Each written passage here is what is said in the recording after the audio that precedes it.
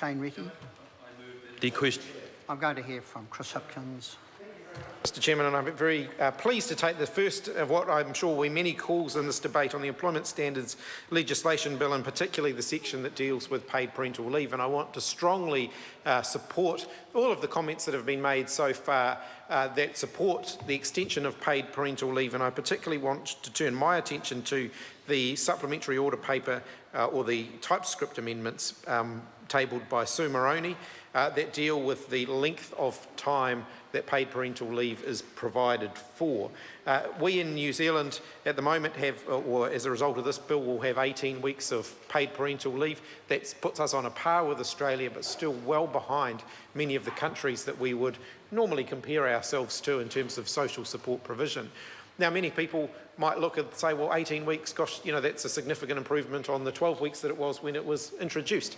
But it is still a drop in the bucket compared to the historical levels of family support that we used to supply in New Zealand. And I think that that's one of the things that we often forget, that the welfare system in New Zealand has evolved and changed significantly over quite a period of time. And compared to what the level of financial support families in New Zealand used to get, 18 weeks of paid parental leave isn't actually that generous, and we could provide a heck of a lot more. So I support the amendment to 26 weeks. And why 26 weeks? Well, let's look at what parents are asking for, and let's look at the benefits to the child of extending to 26 weeks. And one of the first things that I attended as a Member of Parliament relatively early on was a presentation by the Brainwave Trust, because I'm very interested in the educational implications of paid parental leave. And the Brainwave Trust did some fascinating presentations on attachment theory, which I can see Paula Bennett is nodding her head towards me about. And one of the things that they showed was that if a child develops a positive attachment with a parent or somebody else early on, very early on, and that is a stable attachment, then the likelihood of them succeeding in education, the likelihood of them not ending up in some other form of delinquent behaviour later on in life or ending up in prison is significantly reduced. And it's in those first critical years of their life that the attachment is so vital. It is when their brains are at their they're developing the fastest they will ever develop, that they're at their most active, and that attachment is so vital. And so extending to 6 months, 26 weeks, 6 months of paid parental leave, we would actually really promote that and really foster that. And I think that that could be no better investment if you consider that in the short term it might cost more money, in the long term it potentially is going to save us a lot of money. It would improve educational outcomes. It would decrease the cost of social services that we spend money on to mop up for the failures that we have. Let's prevent the failures in the first place. And so extending paid parental leave to 26 weeks just makes financial sense.